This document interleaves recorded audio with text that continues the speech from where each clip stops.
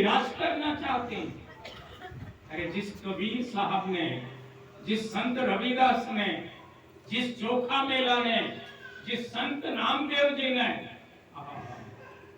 तेरा देखो तो, और जिनको फुले जी ने, क्षमा करेंगे, फुले जी की गुलामगिरी और फुले जी के अन्य और उनका संघर्ष, अपनी पत्नी को पहले पढ़ाना और फिर उस स्कूल में भेजना। हमें सत्य को धारण करना चाहिए, हमें आंख नहीं मूंदनी चाहिए। हम कहते हैं सावित्रीबाई फुले इस देश में पहली महिला थी जो अध्यापिका। इससे बड़ा झूठा प्रचार हम नहीं कर सकते हैं। और ये जो आपका जो महल खड़ा है उसको मैंने डायनामाइट लगाया क्या? सच्चाई बोल रहा हूं। सावित्रीबाई फुले ने जहां शिक्षा ग्रहण किया, जिस स्कूल में पढ़ाई की, जहां से सर्टिफिकेट प्राप्त किया, माता सावित्रीबाई को पढ़ाने वाली महिलाएं थी, महिलाओं का स्कूल था। और विदेश से आई हुई मिशनरियां थी, ईसाई मिशनरी। भारत की वो पहली महिला है। भारतीय महिला होना एक अलग चीज है और भारत में पहला स्त्री अध्यापिका होना, दोनों में जमीन आसमान का। जो सर्टिफिकेट प्राप्त किया है सावित्रीबाई फुले माता ने,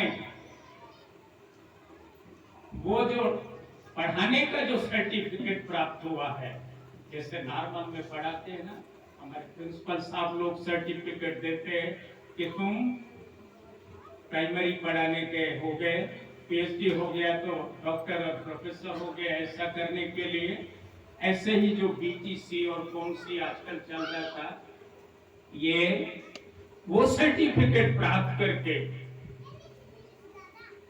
अध्यापिका बनने का सर्टिफिकेट माता सावित्रीबाई ने इस देश में ईसाई मिशनरी जो यहाँ पे महिलाएं नंस थी, वे पढ़ा रही थी।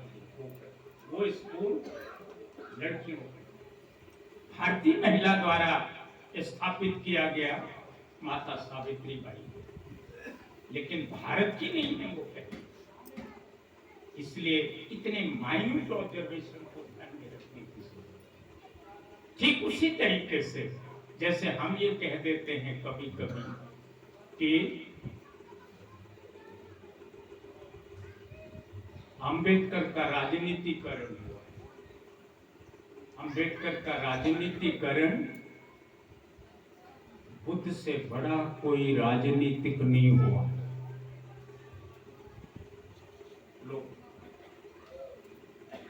बुद्ध को हमने धार्मिक चोला पहना पहना के प्रचार किया। बुद्ध से बड़ा कोई राजनीतिक नहीं है और बुद्ध से बड़ा कोई डेमोक्रेटिक नहीं हुआ इस देश में।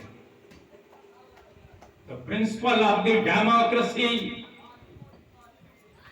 Successful of the democracy in world, वो भगवान तथागत ने दिया, किसी और ने नहीं दिया। ये इस धरती ने दिया, भारत की धरती ने दिया तथागत, जिसको डॉक्टर बाबा साहब अंबेडकर ने आत्मसात किया। क्यों अंबेडकर को जाति में फंसा रहे? तो कल से क्या विनीत विक्रम को हम कुर्मी कहना शुरू कर दें क्या? अगर हम 85 का ज्ञान लेकर के चलेंगे तो विनीत विक्रम कभी बौद्ध नहीं माने जाएंगे, कुर्मी माने जाएंगे। क्या आप चाहते हैं जिस विनीत ने, जिस महाकवि ने डायनामाइट लगाया हो ब्राह्मणवाद के ऊपर, उसको आप जाति में घसीट करके पुनः जाति में डालना चाहते हो क्या? मेरे मित्रों, याद रखो, यदि आप चाहते हो कि मनुष्य हो, बुद्ध ने आदमी बनना सीखो। कब तक ब्राह्मणों को काट के फेंकोगे? बुद्ध के 5 शिष्य कौन है? ब्राह्मण है। बुद्ध का जो 6वां हुआ वो बनिया है। उस बनिए के नवयुवक बनिए के साथ उसके और 4, 5, 10, 20, 50 लोग हो गए। वो बनिए हैं, सेठ है। अगर बुद्ध की नजर में ये जाति होती, बुद्धत्व प्राप्ति के बाद तथागत बुद्ध कभी ये न सोचते कि जिन लोगों ने 6 साल तक मुझे रोटी दी है, मेरा पालन किया है, मैं उन्हें देखूं वो कहां हैं, पहले मैं उन्हें बताऊं। छोड़ देते, वो भी 85 का अंतर करने लग जाते। लेकिन कैसे करते? बुद्ध तो क्षत्रिय है ना। हमारे मित्र लोग कुछ कहते हैं, खत्तीय शब्द है पाली का। पाली का खत्तीय शब्द कहती है, ये गलत है।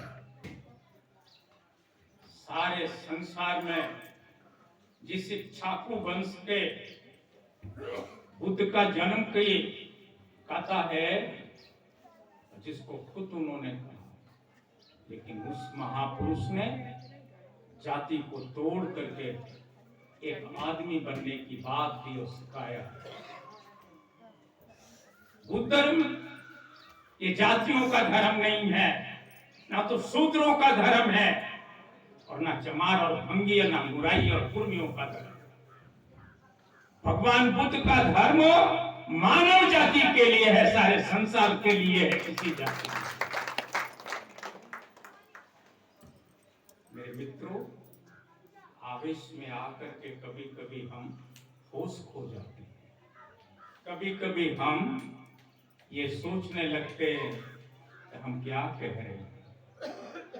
मैं अपने डॉक्टर को भी कभी कभी याद करता हूँ कि उसने हिदायत की थी, जोश नहीं बोलना, धीरे बोलना, थोड़ा बोलना, ज्यादा देर नहीं बोलना, क्योंकि रात मेरा अपॉइंटमेंट भी है देखने के लिए। तो मैंने उनको माफी मांगी कि मैं रात में भी बड़ी देर में पहुंचेगी। तो उन्होंने कहा ये 3 दिन की प्रोग्रेस के लिए आदमी आ जाए, मेरे बेटे या मेरे ग्रैंड सन वहां जाएंगे, बताएंगे कि ये। लेकिन दिन की उन्होंने कहा रिपोर्ट भी मुझे देनी है, मैं कल उनको पहुंचा दूं। मित्रों, मैंने वो कबीर के जयंती का जो कर्णधार थे,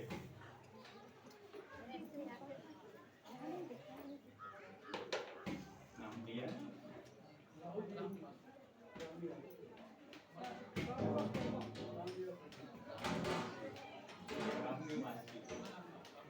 मैं क्यों ऐसा पूज्य बनते जिसे अपने पूज्य अध्यक्ष जी से बात कर रहा हूँ, क्योंकि ये उस वक्त के भी दृष्टा थे, साक्षी थे, और आज मेरे साथ भी है, और 85 में भी। वेंकटेश भवन में जिस व्यक्ति ने इसको कबीर जयंती को मानव जयंती के रूप में मनाने का संकल्प लिया था, वो व्यक्ति है श्री परम आदरणीय राम निवास।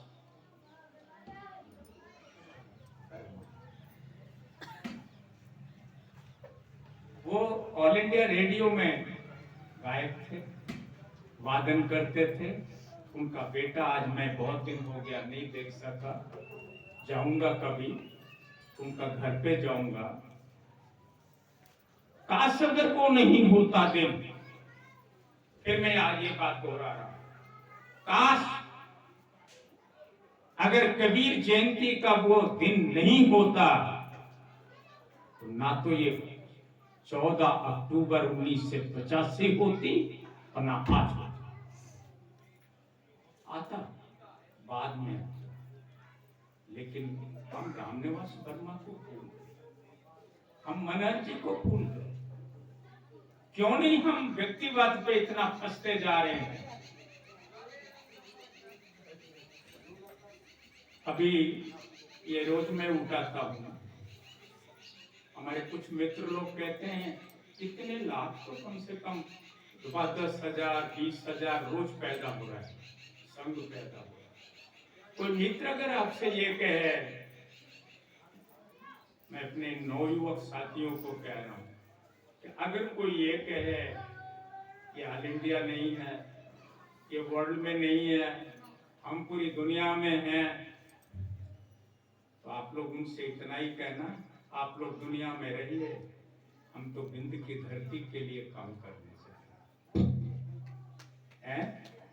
और जिस दिन आपने ये सोच लिया कि बिंद की धरती कितनी वो है, मैं 1961 में या 59 में मेरी एक कविता छपी थी, भंते सतानंद जी हारमोनियम पे उसको गाते थे, एक उपदेश करते। 59 में या शायद 60 में मेरी वो कविता छपी थी, चुनरिया मोरी रंग दे रे रंग रे।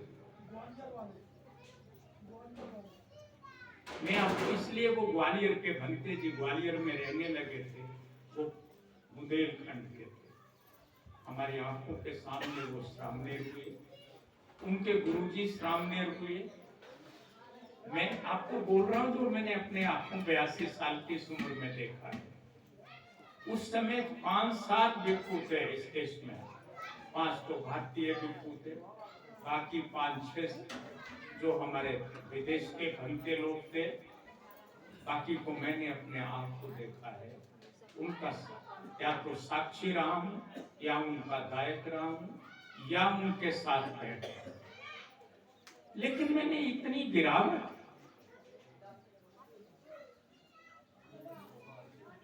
ये बिंद की धरती की चर्चा कर रहा हूं ना आपसे, क्यों कर रहा हूं?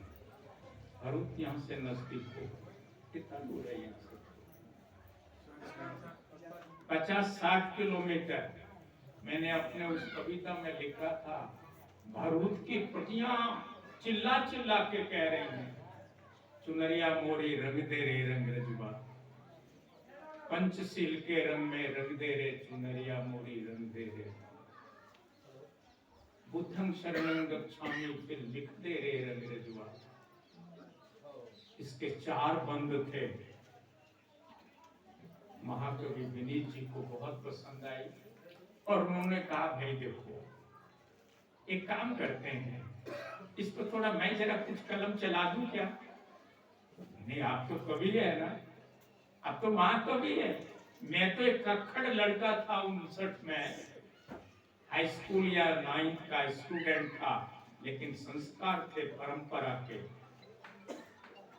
मेरे फादर ने 8 साल की उम्र में गाजी मियाँ और घर की देवी देवता बाहर बैठाए, इकलौता बेटा विधवा माँ, और उन्होंने कहा अम्मा आपके सारे जितने गाजी मियाँ और भगवान थे ना, वो सब तालाब में नहाने चले गए।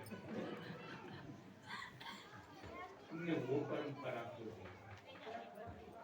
और